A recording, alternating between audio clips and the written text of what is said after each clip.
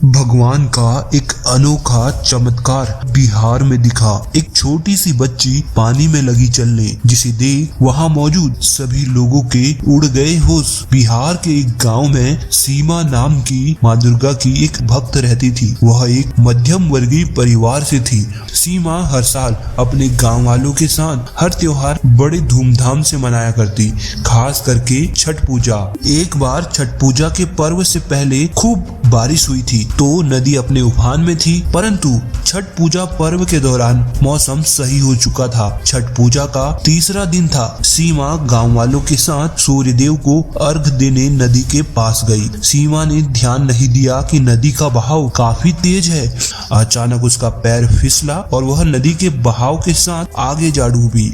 सीमा ने बहुत कोशिश करी, परंतु वह तैर नहीं पा रही थी। बहते बहते अब वह बिल्कुल नदी के बीच में पहुंच गई थी और बहाव भी काफी तेज था, इसलिए वह बहुत तेजी से नदी में बही जा रही थी। और अंतिम समय में उसने माँ दुर्गा को याद किया। तभी उसने पानी के ऊपर एक बच्ची को खड़ी देखा। उसने सीमा को अपना हाथ दिया और खींचकर पानी से बाहर निकाला। जब उसकी आंखें खुली तो उसने अपने आप को गांव वालों से घिरा पाया। सीमा को गांव वालों ने बताया कि वह नदी के पास एक विशाल पेड़, जिसकी टहनी नीचे नदी तक आ पहुंची थी, उसी में वह फंसी हुई पाई गई। उस पेड़ की विशाल टहनियों की मदद से ही सीमा की जान बच पाई। परंतु सीमा को समझ नहीं आ रहा था, क्योंकि उसे बेहोश होने से पहले इतना अच्छी तरह से याद था कि एक छोटी सी बच्ची जो पानी में चल रही थी, उसी ने सीमा को नदी से बाहर निकाला था। ये बात सीमा ने कई लोगों को बताई भी, परंतु लोगों ने इसे सिर्फ सीमा का वहम ही माना। परंतु सीमा जानती थी कि उस दिन वो छोटी बच्ची के रूप में स्वयं माँ दुर्गा थी, जिसने